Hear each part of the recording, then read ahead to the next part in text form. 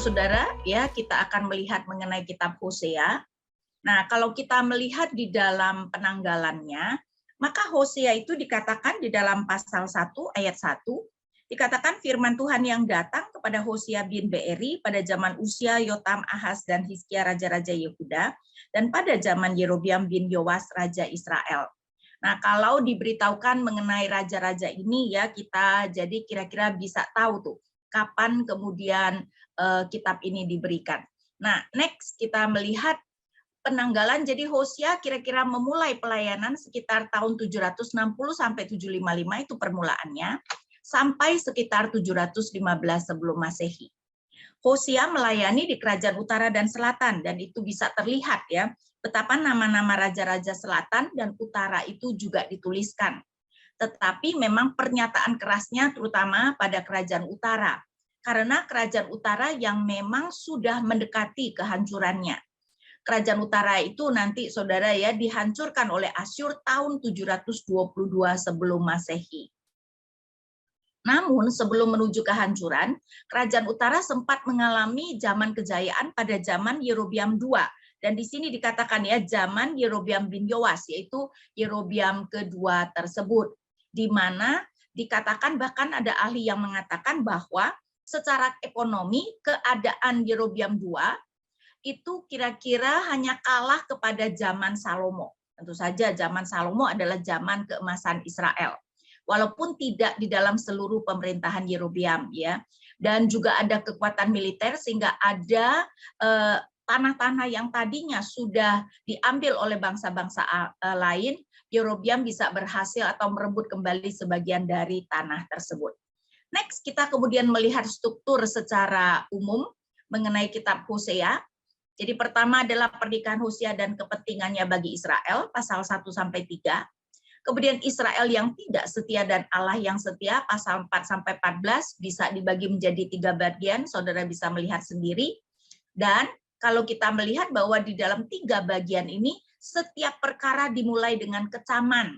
Dan tentu saja itu berarti ya memang di dalam kitab Hosea kita melihat lebih banyak sebenarnya Tuhan mengecam kepada umat karena memang umat tidak setia. Saya berikan saja misalnya 4 ayat 1, dengarlah firman Tuhan hai orang Israel, sebab Tuhan mempunyai perkara dengan penduduk negeri ini, sebab tidak ada kesetiaan, tidak ada kasih, dan tidak ada pengenalan akan Allah di negeri itu. Ya, jadi setiap perkara dimulai dengan kecaman, tapi kemudian ditutup dengan janji. Sehingga pasal 6 ayat 1-3 itu adalah kemudian seruan supaya umat kemudian bertobat. Dan tentu saja kalau kita melihat, saya bacakan pasal 6 ayat 3. Marilah kita mengenal dan bersungguh-sungguh mengenal Tuhan, ia pasti muncul seperti fajar, ia akan datang kepada kita seperti hujan musim semi yang mengairi bumi. Nah, next kita langsung akan masuk kepada pernikahan Hosea. Ya, ini tentu saja yang paling terkenal dari kitab Hosea. Nah, saya bacakan beberapa ayat ya. Jadi Hosea 1 terutama ayat 2 dan 3. Ketika Tuhan mulai berbicara dengan perantaran Hosea, berfirmanlah ia kepada Hosea, pergilah, kawinilah seorang pelacur, dan milikilah anak-anak pelacur, karena negeri ini melacur habis-habisan dengan membelakangi Tuhan. Lalu ia pergi mengawini Gomer binti Diblaim, perempuan itu mengandung dan melahirkan seorang anak laki-laki bagi dia. Nah, perkataan harafiahnya adalah pergilah, kawinilah. Kalau LAI yang lama seorang perempuan sundal, ini saya baca dari versi baru, dikatakan kawinilah seorang pelacur. Intinya sama.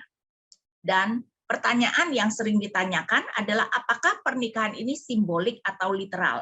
Kalau simbolik berarti ini sebenarnya cuman pernyataan, tetapi tidak benar-benar ada pernikahan. Kalau literal tentu saja adalah ada pernikahan. Nah, kebanyakan kita saya rasa percaya bahwa ini adalah pernikahan yang literal ya, bahwa benar-benar pernikahan ini terjadi. Karena apa? Karena Tuhan mau memakai pernikahan Hosea dengan Gomer menunjukkan kasihnya kepada Israel. Nah, pertanyaan yang lebih sulit adalah jika literal, apakah pernikahan ini dipandang aktual atau proleptik? Maksudnya apa? Aktual berarti Gomer memang sudah merupakan perempuan sundal. Jadi benar-benar dimengerti bahwa pergilah, kawinilah seorang pelacur dan milikilah anak-anak pelacur. Berarti Gomer itu sudah merupakan pelacur, perempuan sundal, dan sudah mempunyai anak-anak di luar pernikahan. Sedangkan kalau proleptik adalah bahwa ketika menikah, Gomer belum merupakan perempuan sundal, tapi nanti sejalan dengan waktu pernikahannya, dia kemudian akan menjadi perempuan sundal. Nah, para ahli terbagi mengenai ini ya. Mereka yang mengatakan bahwa Gomer bukan perempuan sundal berpikir masa sih Tuhan itu menyuruh hambanya seorang nabi untuk menikahi seorang perempuan pelacur. Tapi saya lebih setuju bahwa ini adalah aktual, bahwa Gomer sudah merupakan perempuan sundal. Kenapa? Karena ini lebih menggambarkan sebenarnya ketika Tuhan tanda kutip menikahi, mengikat perjanjian dengan Israel. Yaitu kalau kita berbicara pada zaman Musa, ya Allah kemudian mengikat perjanjian dengan Israel, tapi jangan lupa Israel pada waktu di Mesir mereka sudah menyembah berhala. Lagi pula tidak masalah seorang nabi sebenarnya menikahi perempuan sundal di dalam Alkitab, yang tidak boleh menikahi ya kecuali perawan atau istri sesama imam adalah imam. Jadi hanya imam yang diwajibkan untuk menikahi perawan, dan kalau janda dia hanya bisa menikahi janda dari sesama imam. Ya karena itu kemungkinan sekali sebenarnya Gomer benar-benar sudah merupakan perempuan sundal. Next, kita kemudian melihat malapetaka dalam keluarga. Di mana dari pernikahan itu kemudian ada 3 anak ya. Ayat 4. Kemudian Tuhan berkata kepada Hosea, berilah nama Yisrael kepada anak itu, sebab tidak lama lagi aku akan menghukum keluarga Yehu karena pertumpahan darah di Yisrael, dan aku akan mengakhiri pemerintahan kaum Israel. Tadi saya mengatakan Israel sebentar lagi dihancurkan tahun 722 sebelum Masehi. Yisrael itu sebenarnya kalau secara harafiah artinya positif, yaitu mengenai penuaian. Tapi Yisrael di sini adalah mau mengatakan ini adalah tempat Yehu membunuh Yoram ya dan keluarga Ahab. Karena itu Yisrael di sini mau melambangkan tidak ada raja dan mau menunjukkan betapa sebentar lagi Israel tidak akan ada raja. Kemudian ayat 5, pada waktu itu aku mematahkan busur panah Israel di lembah Yisrael anak 6.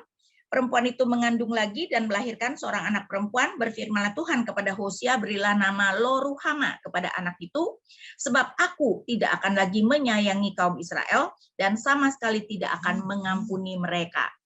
Nah, Lo-ruhama berarti tidak ada belas kasihan ya. Tuhan tidak akan lagi berbelas kasihan, tidak akan lagi menyayangi Israel. Kemudian anak yang ketiga, ayat 7, tetapi aku akan menyayangi kaum Yehuda, karena memang Yehuda masih lama bertahan ya. Saudara, Yehuda itu masih bertahan sampai 587 sebelum Masehi. Tetapi aku akan menyayangi kaum Yehuda dan akan menyelamatkan mereka demi Tuhan Allah mereka. Aku akan menyelamatkan mereka bukan dengan panah atau pedang, dengan alat perang atau dengan kuda dan tentara berkuda. 8. Sesudah menyapi Lo-ruhama, perempuan itu mengandung lagi dan melahirkan seorang anak laki-laki. Lalu ia berfirman, berilah nama Lo-ami kepada anak itu, sebab kamu bukanlah umatku dan aku ini bukanlah Allahmu. Lo-ami berarti bukan umatku. Dan ini menunjukkan Allah membatalkan perjanjian dengan umatnya. Ya, berarti saking marahnya Allah kemudian membatalkan perjanjian. Tetapi seperti biasa, murka Tuhan itu tidak akan untuk selamanya. Kemudian kita diberikan di ayat 10 sampai 12 adalah hal-hal yang positif. Nah, saudara-saudara jangan heran kalau kita membaca kitab nabi-nabi itu memang dari satu ayat ke ayat lain bisa tahu-tahu topiknya berbalik ya. Tadinya penghakiman sekarang pengharapan, atau tadi pengharapan sekarang tahu-tahu penghakiman. Bahkan bisa misalnya yang berbicara juga berubah. Nah, dalam hal ini Allah yang tetap berbicara, tetapi sekarang bernuansa positif. Ayat 10 sampai 12.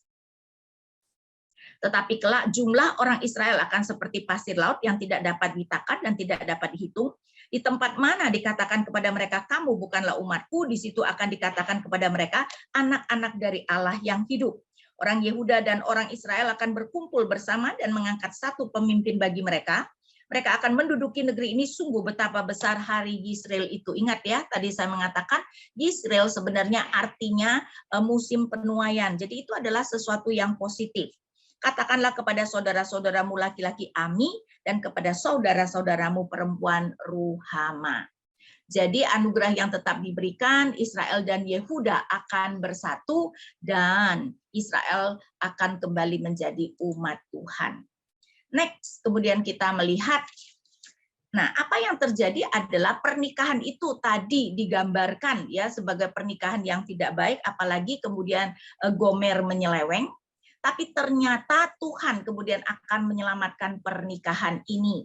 Nah, saya tidak akan bacakan, kalau saudara baca pasal 2 ayat 1 sampai 12 itu berbicara tentang Gomer yang menyeleweng. Saya bacakan ayat 1 deh ya. Gugat ibumu, gugatlah sebab dia bukan istriku dan aku bukan suaminya.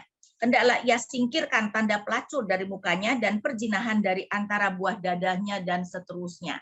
Jadi ayat 1 sampai 12 hukuman terhadap istri yang terus menyeleweng. Tentu saja ini menggambarkan Israel yang terus menyembah berhala.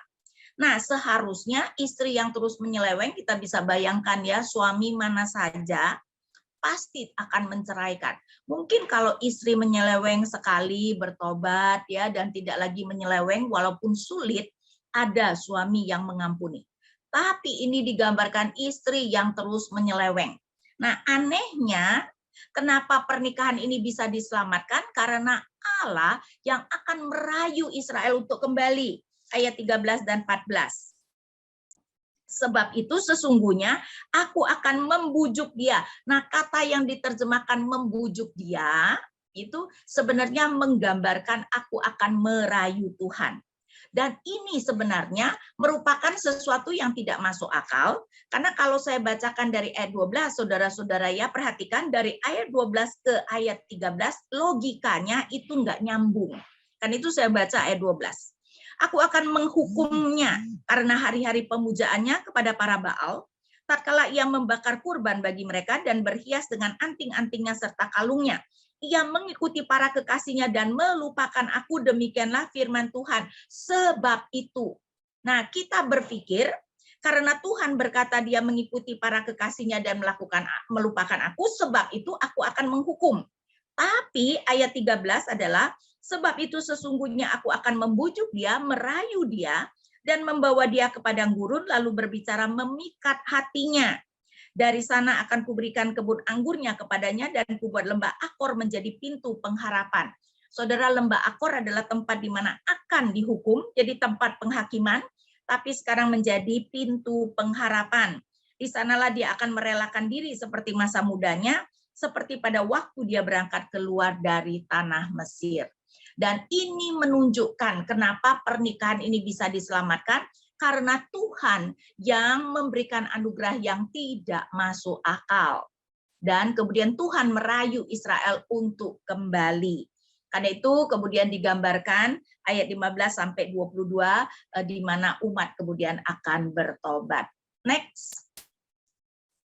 Nah, ini juga adalah bagian yang sangat indah ya, Saudara. Alasan pernikahan ini diselamatkan pasal 3 ayat 1 sampai 5. Berfirmanlah Tuhan kepadaku, pergilah lagi, cintailah perempuan yang memiliki kekasih dan suka berzina. Seperti Tuhan juga mencintai orang Israel, sekalipun mereka berpaling kepada ilah-ilah lain dan menyukai kue kismis sajian. Jadi Gomer itu kembali bersundal. Ya, dan Tuhan kemudian berkata kepada Hosea, cintailah perempuan yang memiliki kekasih dan suka berzina tersebut. Dan ini menggambarkan, melambangkan cinta Tuhan kepada Israel, ya. Dan di sini kita bisa melihat ya, kalau kasih itu ada, itu sebenarnya adalah sebuah keajaiban ya, bahwa Tuhan tetap mau mengasihi umatnya yang terus bersundal tersebut. Kemudian kasih yang menebus, lalu aku membayar harganya sebesar 15 sikal perak serta 1 homer dan 1 leteh jelai. Nah, saudara-saudara, apakah ini harga yang mahal? Di sini dikatakan 15 sikal dan kemudian ada 1 homer dan 1 leteh jelai, kita tidak tahu harganya berapa, tapi kemungkinan sekali saya setuju dengan tafsiran ini. Totalnya mungkin menjadi 30 sikal ya, jadi 15 sikal dengan uang dan 15 sikalnya dengan jelai. Kenapa 30 sikal perak? Karena 30 sikal perak adalah harga seorang budak. Kalau kita melihat di dalam Taurat Tuhan, kalau seekor lembu kemudian menanduk mati seorang budak, pemilik lembu harus membayar 30 sikal perak kepada pemilik budak sebagai ganti budak tersebut. Dengan sengaja digambarkan harga yang murah, mau menyatakan sebenarnya Gomer itu sudah tidak berharga. Kenapa? Karena dia sudah melacur ke sana ke sini ya, dan sudah tidak ada harganya, dan sekarang rupanya dia sampai tidak ada uang dan menjual dirinya sebagai budak, dan karena itu kemudian Hosea membelinya atau menebusnya. Kemudian kita melihat kasih yang mendisiplin. Nah, Allah yang sudah menebus itu tentu saja akan mendisiplinkan, ayat 3 dan 4. Kemudian aku berkata kepadanya, engkau harus tinggal lama padaku, engkau tidak boleh melacur atau menjadi milik seorang laki-laki, aku pun tidak akan menghampirimu. Jadi digambarkan, Hosea dibawa pulang, tapi Gomer dibawa pulang, Hosea tidak akan tidur dengan dia, tetapi dia juga tidak bisa berzina dengan laki-laki lain. Artinya, bagi orang Israel, ayat 4, sebab orang Israel akan lama hidup tanpa raja, tanpa pemimpin, tanpa raja mereka, ya, tetapi juga tanpa pemimpin, tanpa kurban, tanpa tugu berhala. Kurban itu adalah sesuatu yang positif, berbicara tentang kurban kepada Tuhan, tapi tanpa tugu berhala. Jadi mereka di satu pihak tidak bisa menyembah Tuhan, karena mereka kemudian dibuang, tetapi juga mereka tidak menyembah berhala. Tanpa efod, efod itu adalah bagian dari baju imam, tetapi juga tanpa terafim. Terafim itu juga adalah berhala, patung Allah yang ada di rumah biasanya. Jadi intinya mereka itu tidak bisa menyembah Tuhan, tapi mereka juga tidak bisa menyembah berhala. Ya, jadi kita lihat ini yang dimaksudkan dengan kasih yang mendisiplin. Nah, tentu saja tujuan Allah mendisiplin adalah supaya umat bertobat. Dan betul digambarkan di ayat 5, kasih yang mentransformasi, ayat 5. Sesudah itu orang Israel akan berbalik dan mencari Tuhan Allah mereka, serta Daud raja mereka. Tentu saja Daud yang dimaksudkan adalah Mesias, keturunan Daud ya. Dengan gentar mereka akan datang kepada Tuhan dan kepada kebaikannya pada hari-hari terakhir. Sehingga kita bisa melihat betapa kasih Tuhanlah yang akan akhirnya bisa menyelamatkan pernikahan ini ya, relasi Tuhan dengan umatnya. Next. Tapi kemudian balik lagi kita diberitahu mengenai umat yang tidak setia ya, jadi Israel yang tidak setia dan Allah yang setia, dan kita melihat ketidaksetiaan Israel di mana kita melihat ayat 1 sampai 3 adalah tuduhan terhadap Israel. Dengarlah firman Tuhan hai orang Israel, sebab Tuhan mempunyai perkara dengan penduduk negeri ini, sebab tidak ada kesetiaan, tidak ada kasih, dan tidak ada pengenalan akan Allah di negeri ini. Jadi tuduhan utamanya adalah tidak ada pengenalan akan Allah. Tapi saudara-saudara, di dalam konsep Ibrani, sebuah kata itu biasanya tidak hanya merupakan sesuatu yang bersifat kognitif. Tidak ada pengenalan akan Allah, bukan dalam arti mereka tidak mengerti doktrin Allah. Tetapi terlihat di dalam tidak ada pengenalan akan Allah, terlihat di dalam kehidupan mereka yang tidak taat kepada Allah. Karena itu tidak ada pengenalan akan Allah, paralel dengan tidak adanya kesetiaan, tidak ada kasih. Dan kemudian yang ada di ayat 2 adalah hanya mengutuk, berdusta, membunuh, mencuri, berzina, melakukan kekerasan, dan penumpahan darah disusul penumpahan darah. Sehingga tidak ada pengenalan akan Allah, itu kemudian menunjukkan mereka tidak menjalankan kehidupan dengan melakukan kesetiaan, yang ada adalah mereka terus melakukan dosa ya, dan itu yang dimaksudkan dengan tidak adanya pengenalan akan Allah. Next. Nah, saudara, biasanya ya kalau umat sampai parah begitu pasti karena pemimpinnya tidak benar. Dan ternyata Hosea juga menunjukkan kepemimpinan yang menghancurkan. Karena ternyata para imamnya juga sudah tidak benar. Ayat 6. Umatku binasa karena tidak mengenal Allah, karena engkau menolak pengenalan itu, aku pun akan menolakmu sebagai imamku. Karena engkau melupakan pengajaran Allahmu, aku pun akan melupakan anak-anakmu. Bayangkan para imam sendiri yang seharusnya menyampaikan firman Tuhan, mengajarkan umat, untuk bisa berelasi dengan baik dengan Allah, imam sendiri tidak mengenal Allah. Bahkan kalau kita melihat ayat 7 dan 8, semakin banyak mereka, semakin berdosa mereka kepadaku, kemuliaan mereka akan kuganti dengan kehinaan. Ayat 8, mereka makan dari dosa umatku. Selera mereka tertuju kepada pelanggaran umatku. Jadi imam itu malah senang ketika umat berdosa. Karena apa? Saudara, kalau kita tahu mengenai persembahan korban, kebanyakan persembahan korban kecuali korban bakaran ya. Yang lain persembahan korban yang lain, apakah itu sajian keselamatan, penghapus dosa dan seterusnya, itu ada bagian imamnya. Jadi imam itu senang ketika umat berdosa karena kemudian mereka dapat makan daging. Orang kuno itu jarang sekali makan daging, saudara ya, tidak seperti kita. Dan biasanya mereka itu makan daging kalau memang memberikan persembahan korban kepada Allah.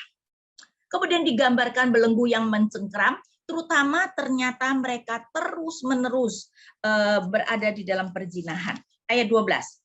Umatku bertanya kepada pohonnya dan tongkatnya memberi jawaban kepadanya. Berarti mereka menyembah kepada pohon dan kepada tongkat, sebab roh perzinahan menyesatkan mereka dan mereka berzina meninggalkan Allah mereka. Berarti ini adalah dosa yang terus membelenggu. Bukan dalam harafiah ada yang namanya roh perzinahan, ada yang namanya roh malas dan sebagainya ya. Tetapi mau mengatakan bahwa dosa perzinahan itu menjadi sebuah kuasa yang membelenggu mereka. Karena itu kenapa mereka terus-menerus melakukan perzinahan. Next, kita kemudian melihat mengenai hukuman terhadap para pemimpin.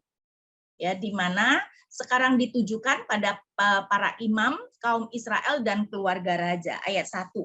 Dengarlah hai para imam, perhatikanlah hai kaum Israel dan pasanglah telinga hai keluarga raja ya. Jadi ditujukan imam tetapi juga para penguasa dan juga umat. Dan kalau kita melihat ternyata sekali ini digambarkan Israel dan Yehuda akan dihukum. Ayat 5. Kecongkakan Israel menjadi saksi terhadap dirinya sendiri, Efraim akan jatuh tersandung oleh kesalahannya sendiri, juga Yehuda bersama dengan mereka. Saudara-saudara, kita harus mengerti ya, kalau nabi-nabi menyebut Efraim, maksudnya bukan hanya suku Efraim. Suku Efraim adalah suku yang paling penting untuk kerajaan utara. Jadi kalau Yehuda mewakili kerajaan selatan, Efraim mewakili kerajaan utara ya. Jadi dengan mengatakan Efraim akan jatuh maksudnya kerajaan utara. Begitupun juga Yehuda bersama dengan mereka. Dan kita bisa melihat dengan ayat 6, dengan kambing domba dan lembu korban, mereka pergi mencari Tuhan tetapi dia tidak akan mereka temukan, ia telah menarik diri dari umatnya. Ketika umatnya kemudian ya tidak menyembah Tuhan dengan benar, Tuhan pun kemudian bisa menarik diri dan ini digambarkan. Dan ternyata Israel juga mencari perlindungan pada Asyur.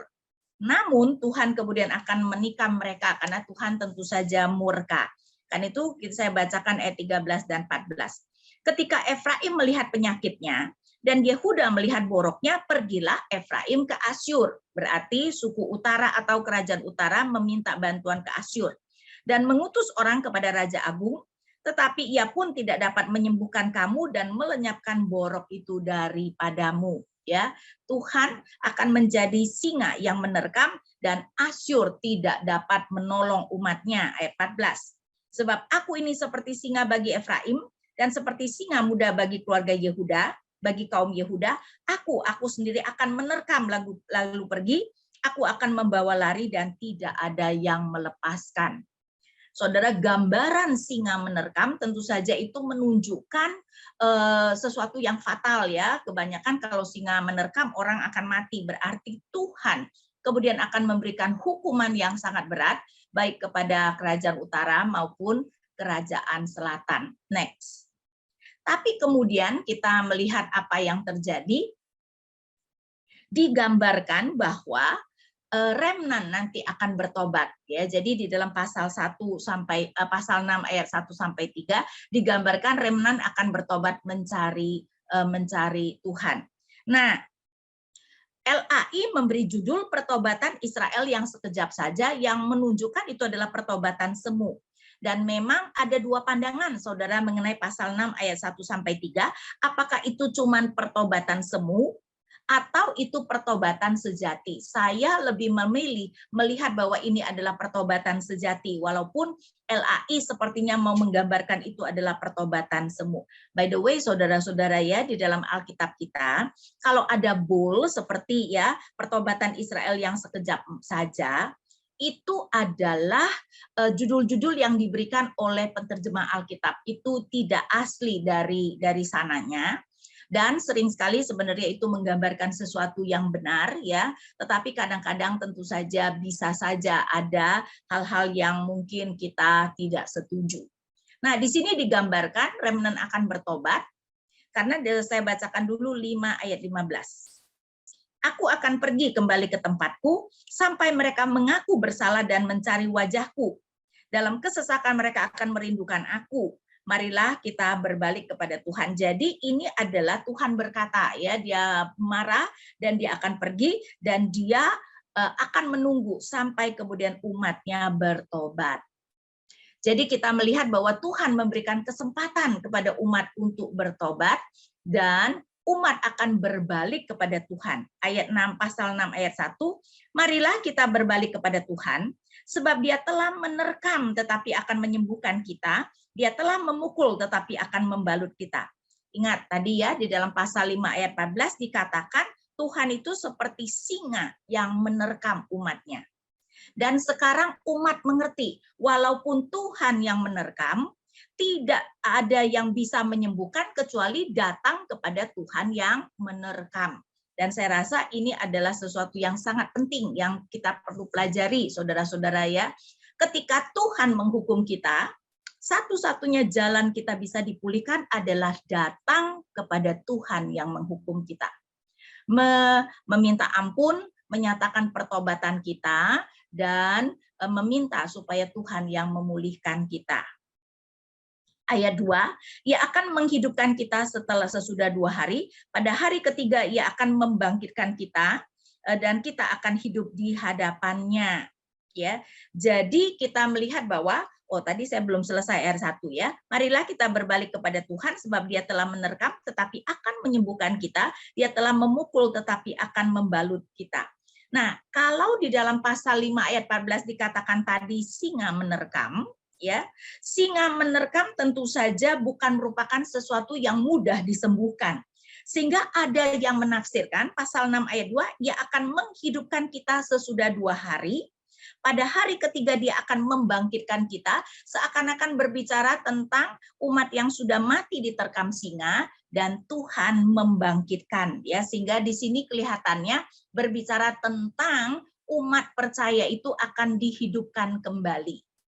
Nah, next kemudian kita melihat setelah 3 ayat yang positif, kembali ini berbicara tentang hal yang negatif. Sekali lagi di dalam kitab nabi-nabi jangan heran ya, positif, negatif, negatif, positif itu adalah hal yang sangat biasa di dalam kitab nabi-nabi. Dan sekarang kita melihat hukuman bagi Israel. Pertama, perkara yang disebutkan 6 ayat 4. Apa yang akan kulakukan kepadamu hai Efraim? Apa yang akan kulakukan kepadamu hai Yehuda? Kasih setiamu seperti kabut pagi dan seperti embun yang menguap di pagi hari. Jadi kasih setia umat seperti kabut pagi. Mungkin itu yang kemudian membuat LAI memberikan judul tadi ya, pertobatan Israel yang sekejap ya, seperti kabut pagi. Tetapi bagi saya ini sudah bagian yang lain. Kelihatannya tidak harus dikaitkan dengan pasal 6 ayat 1 sampai 3. Kemudian kita melihat apa yang diinginkan Allah di ayat 6. Sebab aku menyukai kasih setia dan bukan kurban sembelihan, aku menyukai pengenalan akan Allah lebih daripada kurban bakaran. Nah, saudara, ini juga merupakan sesuatu yang sangat kita perlu mengerti. Kita sering sekali berpikir Tuhan itu lebih menyukai korban persembahan. Oke lah, kita sekarang tidak memberikan korban persembahan, kita berpikir Tuhan senang kalau kita memberikan persembahan perpuluhan atau persembahan mingguan yang banyak, yang penting kita memberi banyak. Saudara gereja mungkin senang, Tuhan belum tentu. Karena apa? Karena Tuhan sebenarnya di banyak bagian Alkitab menunjukkan bahwa Tuhan itu lebih menyukai kasih setia dan bukan korban sembelihan. Tuhan itu lebih menginginkan kita setia kepada Tuhan. Kita menunjukkan belas kasihan kepada sesama kita daripada kita memberikan persembahan. Tentu saja bukan berarti kita tidak perlu memberikan persembahan, saudara ya. Tetapi sebenarnya kita harus mengerti yang lebih menyenangkan Tuhan itu adalah ketika kita menunjukkan kasih setia. Nah, saya mau menunjukkan Matius 23 ayat 23. Saudara, kita harus mengerti hukum Tuhan itu tidak semuanya sama tinggi. Kita tahu bahwa hukum kasih merupakan hukum yang paling tinggi. Nah, Matius 23 ayat 23 memberikan kita lagi hukum lain yang sangat penting. Saya bacakan Matius 23 ayat 23. Celakalah kamu, hai ahli-ahli Taurat dan orang-orang Farisi, hai kamu orang-orang munafik, sebab kamu memberi persepuluhan dari min, adas manis, dan jintan, tetapi yang terpenting dalam hukum Taurat kamu abaikan, yaitu keadilan, belas kasihan, dan kesetiaan. Hal-hal tersebut harus dilakukan tanpa mengabaikan yang lain. Bukan berarti perpuluhan tidak perlu, tetapi jangan berpikir bahwa itu lebih penting daripada kamu melakukan keadilan, belas kasihan, dan kesetiaan. Ya, nuansa yang sama di sini ditekankan Allah menghendaki kasih setia. Kemudian pas balik lagi Hosea pasal 6 ayat 7, di mana digambarkan Israel melanggar perjanjian seperti Adam. Tetapi di Adam mereka telah melangkahi perjanjian. Nah, itu mungkin kurang tepat ya. Kalau saudara membaca versi bahasa Inggris, tetapi seperti Adam mereka telah melangkahi perjanjian, di sana mereka telah berkhianat terhadap aku. Jadi seperti Adam, Israel telah melakukan pelanggaran perjanjian. Kemudian juga ayat 8-10, Gilead adalah kota para penjahat penuh dengan jejak darah. Seperti gerombolan yang mengadang orang, demikianlah persekutuan para imam. Mereka membunuh di jalan ke Sikem, sungguh mereka berbuat aib. Di antara kaum Israel telah kulihat hal-hal yang mengerikan. Di sana Efraim melacurkan diri, Israel menajiskan diri. Ya, jadi kita melihat digambarkan Israel banyak melakukan kekerasan dan penyembahan berhala. Nah, itu sebenarnya adalah dua dosa yang sangat besar di mata Tuhan. Kita mungkin berpikir penyembahan berhala itu yang memang ya dosa yang paling besar, dan mungkin kita berpikir itu satu-satunya yang penting. Tapi saudara, kalau kita lihat nabi-nabi juga banyak sekali mengecam ketika Israel melakukan kekerasan dan ketidakadilan, menganiaya orang-orang yang lemah. Dan kemudian satu lagi yang sering sekali Tuhan kecam adalah Israel bergantung kepada bangsa-bangsa lain. Ya, ayat 11 juga, bagimu hai Yehuda telah ditentukan penuaian apabila aku memulihkan keadaan umatku, apabila aku menyembuhkan Israel, tersingkaplah kesalahan Efraim dan kejahatan-kejahatan Samaria, sungguh mereka melakukan penipuan, pencuri mendobrak masuk dan sebagainya. Dan kemudian kita melihat ayat 3, mereka menyenangkan hati raja dengan kejahatan mereka dan para pemuka dengan kebohongan mereka. Mereka semua pezina, bagaikan dapur perapian yang menyala-nyala dan seterusnya. Ya, ayat 6, ketika mereka mendekat dalam persekongkolannya. Ya, jadi kita melihat bahwa ini digambarkan betapa Israel itu bergantung kepada Allah-Allah bangsa lain. Ayat 11 misalnya. Efraim menjadi seperti merpati yang lugu tidak berakal, kepada Mesir mereka berseru, ke Asyur mereka pergi. Lihat ya, jadi mereka bergantung kepada Asyur, mereka bergantung kepada Mesir dan bukan kepada Allah. Karena itu tidak mengherankan tentu saja Tuhan menghukum. Next. Karena itu kita melihat penghakiman yang kemudian Tuhan berikan. Pertama, ya, pasal 8 ayat 1 dan 2, tiuplah sangkakala, siap bagai raja wali di atas rumah Tuhan, karena mereka telah melangkahi perjanjianku dan memberontak terhadap pengajaranku. Kepadaku mereka berseru-seru, ya Allahku, kami Israel mengenal Engkau. Jadi di sini apa yang terjadi? Israel melanggar perjanjian, tetapi mereka menganggap mereka mengenal Allah. Kenapa begitu? Nah, saudara, kita harus mengerti. Walaupun Tuhan sering mengatakan bahwa umatnya meninggalkan dia, tapi sebenarnya orang Israel, baik kerajaan utara maupun selatan, tidak pernah berhenti menyembah Yahweh. Cuman mereka juga menyembah Baal dan Asyera misalnya, ya. Kerajaan utara juga menyembah dua lembu emas yang didirikan oleh Yerobeam. Sehingga bagi mereka tetap menyembah Allah. Tetapi bagi Allah, ketika mereka menyembah Allah plus Allah lain, itu namanya mereka sudah meninggalkan Allah.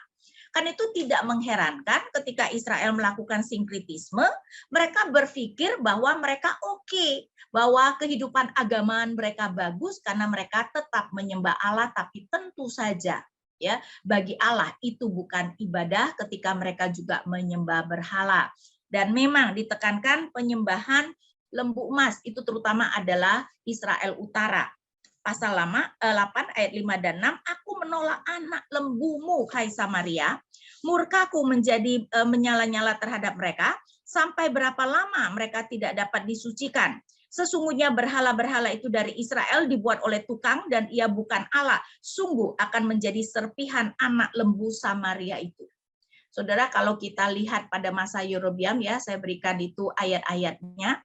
Setelah Yerobeam membawa suku-suku utara untuk memberontak dari Rehabiam anak Salomo, dia kemudian berpikir, waduh, kalau setiap setahun 3 kali orang kerajaan utara harus pergi ke Yerusalem untuk menyembah Tuhan, ya, ke Bait Allah, lama-lama umat akan berpikir, wah, kalau begitu Tuhan sayangnya pada kerajaan selatan. Kalau begitu ngapain kita memisahkan diri? Karena itu Yerobeam bersiasat supaya umat tidak perlu ke Yerusalem. Dia membuat dua lembu emas, meletakkannya di Dan dan Betel. Padahal Betel itu dekat sekali dengan perbatasan kerajaan selatan, dengan tujuan bahwa umatnya tidak perlu ke Bait Allah. Jadi apa yang dilakukan Yerobeam itu begitu membuat Allah murka, ya. Dan karena itu kita melihat di sini ditekankan betapa Tuhan menolak penyembahan lembu emas itu. Dan karena itu Israel akan dihancurkan oleh Asyur. Ya, ayat 8. Israel sudah ditelan, sekarang mereka ada di antara bangsa-bangsa seperti bejana yang tidak disukai orang, sebab mereka telah pergi ke Asyur. Bagaikan keledai hutan yang mengasingkan diri, Efraim telah membagi-bagi hadiah cinta. Sekalipun mereka membagi-bagi hadiah itu di antara bangsa-bangsa, sekarang aku akan mengumpulkan mereka, sehingga sebentar lagi mereka mulai menanggung beban dari raja dan para penguasa.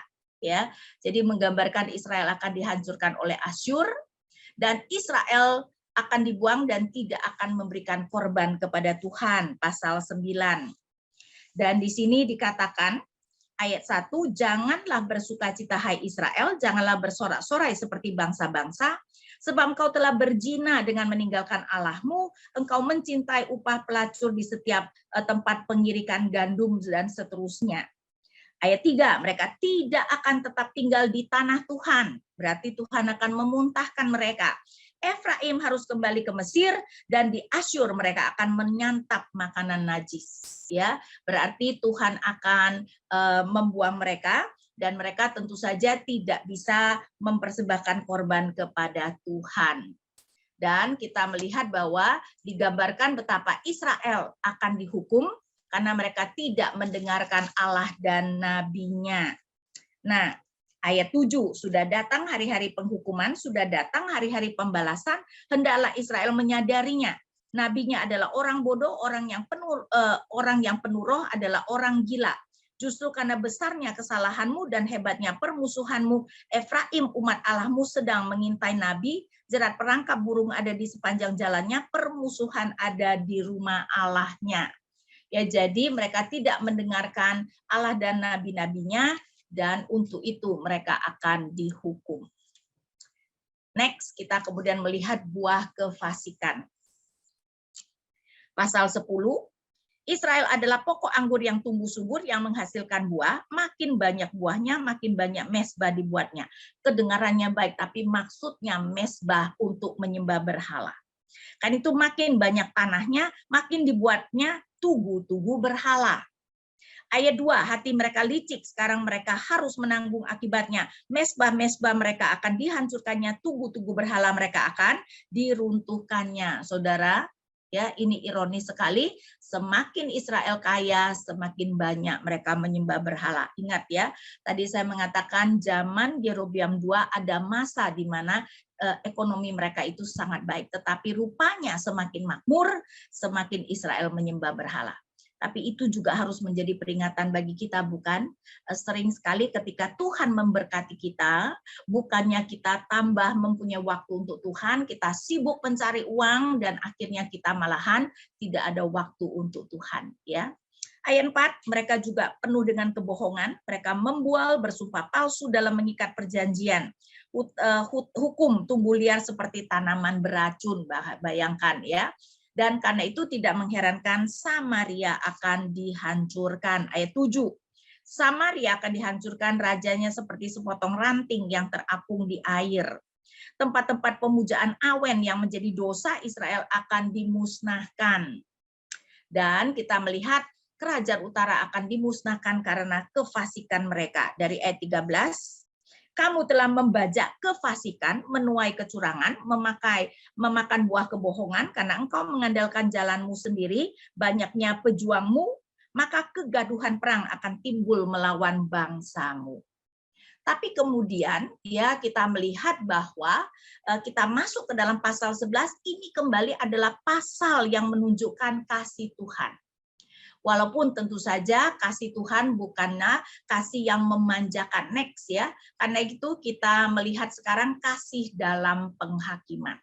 Pertama, waktunya kasih. Pasal 11, ini adalah perikop yang terkenal, saudara ya. Ayat 1. Ketika Israel masih muda, ku kasihi dia, dan dari Mesir ku panggil anakku itu. Perhatikan ya, dari Mesir kupanggil anakku. Ingat, di Mesir Israel menyembah berhala. Jadi Allah yang berinisiatif mengasihi ketika Israel masih muda. Nanti Matius mengutip ini dan mengatakan itu juga tergenapi pada Yesus ya. Karena itu kan Yesus yang waktu bayi, karena Herodes mau membunuh bayi-bayi Bethlehem, Tuhan memberi mimpi kepada Yusuf, dan Yusuf membawa Maria dan si bayi Yesus pergi ke Mesir. Dan akhirnya setelah Herodes mati, Tuhan memberikan mimpi lagi kepada Yusuf untuk membawa mereka pulang. Dan Matius kemudian mengatakan bahwa untuk Yesus juga Tuhan berkata, dari Mesir kupanggil anakku. Maksudnya menggenapi nubuat ini. Nah, ini bukan nubuat prediksi ya.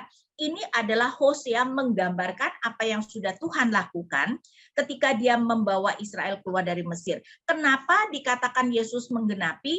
Nah, itu adalah cara Matius mengatakan Yesus adalah Israel yang sejati.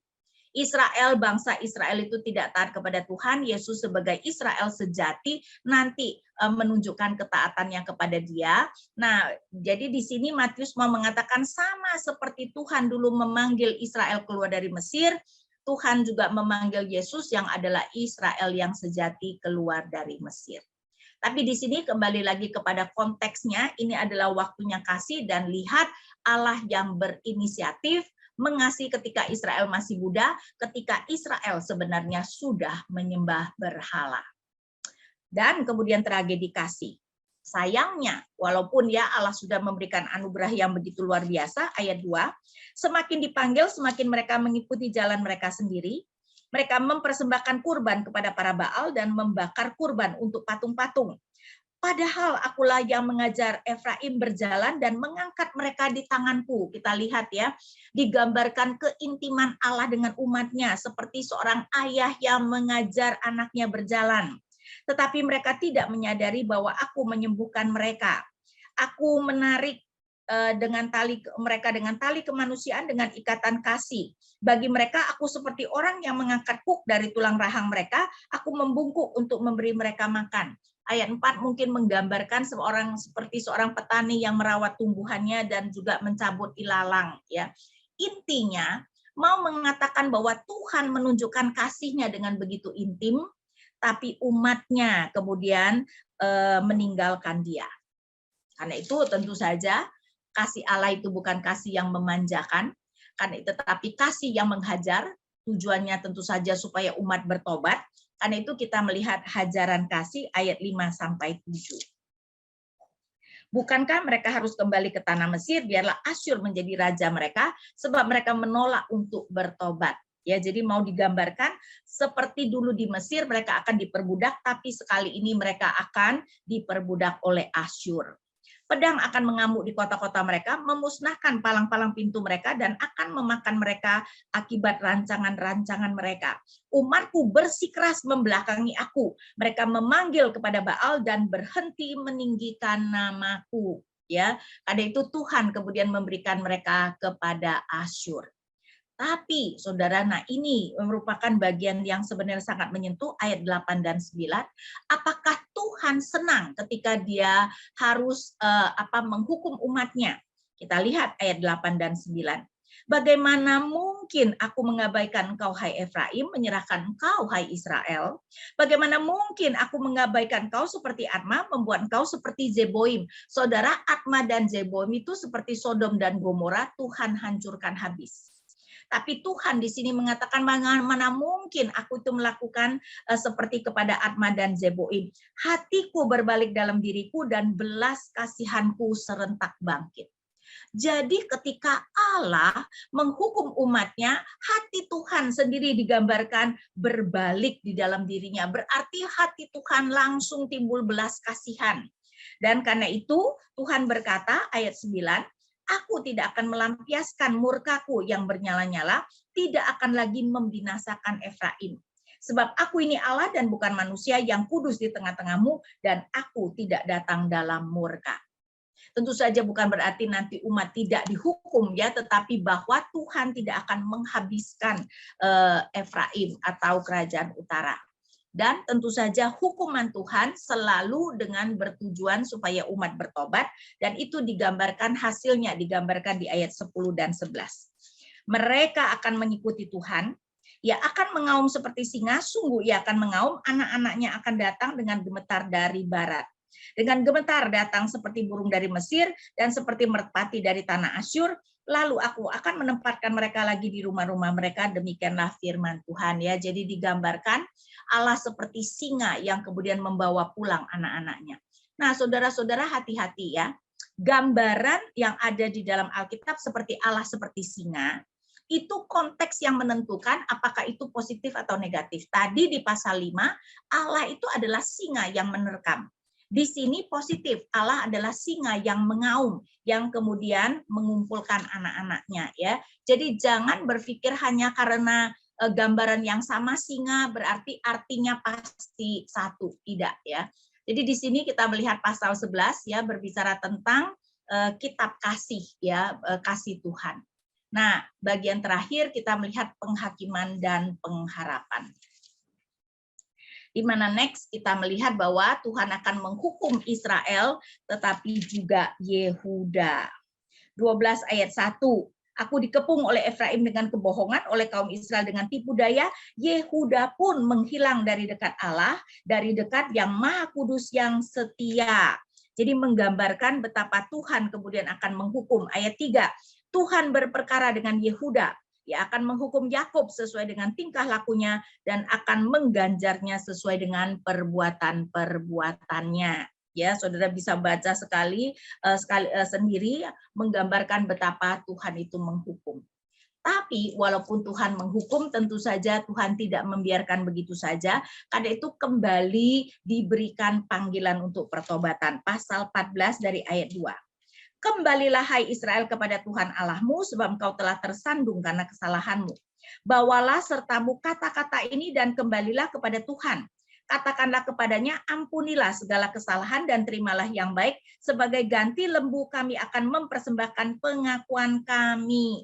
Nah, saudara, di sini sampai kata-katanya sudah diberikan Hosea, supaya mereka mengucapkan kata-kata tersebut. Saudara, ketika kita bertobat, tidak harus kata-kata itu merupakan pemikiran kita. Karena itu kalau kita bingung mau mengucapkan kata apa, maka mazmur-mazmur merupakan ya, terutama mazmur pertobatan, misalnya kalau kita mau bertobat, adalah mazmur yang sangat baik untuk kita ucapkan ya. Tidak masalah bahwa itu bukan karangan kita sendiri. Di sini juga Hosea sampai memberikan kata-kata supaya umatnya ucapkan. Dan pengakuan mereka, ayat 4, Asyur tidak dapat menyelamatkan kami tidak akan menunggang kuda, dan kami tidak akan lagi mengatakan Allah kami kepada buatan tangan kami, sebab padamu anak yatim memperoleh kasih sayang. Jadi di sini umat akhirnya mengatakan, kami tahu Asyur tidak akan menolong, kami hanya akan datang kepadamu. Dan Tuhan kemudian menjanjikan pemulihan, ya. Ayat 5, aku akan memulihkan mereka dari kemurtatan, aku akan mengasihi mereka karena aku menghendakinya, sebab murkaku telah surut dari mereka, dan seterusnya, ya. Terakhir ayat 10, siapa yang bijak biarlah ia mengerti semua itu. Siapa yang menaruh perhatian biarlah ia mengetahuinya, sebab jalan-jalan Tuhan itu lurus dan orang benar menempuhnya, tetapi pemberontak tersandung di sana. Nah, firman Tuhan selalu sebenarnya menimbulkan orang menerima atau orang menolak, ya. Karena itu ketika kita membaca firman ini, firman yang menunjukkan betapa umat adalah begitu bebal, tetapi Allah itu begitu penuh kasih, maka biarlah kita juga bisa berespon secara positif. Nah, saudara, orang sering sekali berpikir ya bahwa di dalam perjanjian lama Allah itu adalah Allah yang tidak sabar, Allah yang tidak penuh kasih. Tetapi sebenarnya perjanjian lama juga menunjukkan tentu saja Allah kita adalah Allah yang tidak berubah, Allah yang begitu mengasihi umatnya, Allah yang begitu panjang sabar dengan umatnya. Dan kasih Allah itu juga sangat terlihat di dalam kitab Hosea, ya, di mana kita harus melihat sekali lagi bahwa hukuman Allah sebenarnya adalah karena Allah mengasihi umatnya. Tetapi memang supaya umatnya kemudian bertobat, Allah kemudian dapat memberikan hukuman yang sangat berat. Tetapi di tengah-tengah murka Allah pun sebenarnya Allah selalu mengajak umatnya untuk bertobat. Karena itu ya saudara-saudara, kita juga bisa di dalam kebebalan kita kemudian mendapatkan hukuman dari Tuhan. Tapi ingat ya, Ibrani juga mengatakan Allah menghajar anak yang dikasihinya. Karena itu kita perlu belajar untuk melihat bahwa hukuman Allah adalah bagian dari kasih-Nya. Karena kasih yang baik adalah kasih yang mendidik. Kasih yang baik bukan kasih yang memanjakan, tetapi kasih yang supaya membentuk kita menjadi semakin serupa dengan Kristus, ya. Dan dengan demikian kitab Hosea sebenarnya menunjukkan betapa Allah itu mau supaya di dalam kasih-Nya dan kasih yang mendisiplinkan itu kita kemudian bisa ditransformasikan seperti yang digambarkan di dalam Hosea 3 dan juga di dalam Hosea 11. Mari kita masuk dalam doa. Bapa kami yang di surga, kami bersyukur Bapa jika kami boleh bersama-sama melihat kitab Hosea. Kiranya kami boleh semakin terkagum-kagum kami memiliki Allah yang seperti Engkau, yang tidak membuang umat-Mu yang berkali-kali menyembah berhala. Dan itu mengingatkan kami betapa kami pun sering sekali juga selalu jatuh dan jatuh di dalam dosa yang sama, dan bahkan sering sekali menyakitkan hati Tuhan. Kan itu kami bersyukur Bapa bahwa Engkau adalah Allah yang penuh dengan kasih, bahkan di dalam hukuman-Mu sebenarnya Engkau juga menunjukkan kasih-Mu supaya kami bertobat. Karena itu kami berdoa kiranya di dalam melihat, di dalam berespon terhadap apapun yang Engkau izinkan terjadi di dalam kehidupan kami boleh melihat bahwa itu adalah bagian dari kasih-Mu, dan kami boleh selalu mencoba belajar apa yang Tuhan hendak ajarkan kepada setiap kami. Tuhan kiranya memberkati setiap kami, berikan kami hati dan komitmen untuk boleh semakin mencintai dan mau belajar mengenal Engkau melalui firman-Mu. Dan kami berdoa hanya di dalam nama Tuhan kami Yesus Kristus. Amin.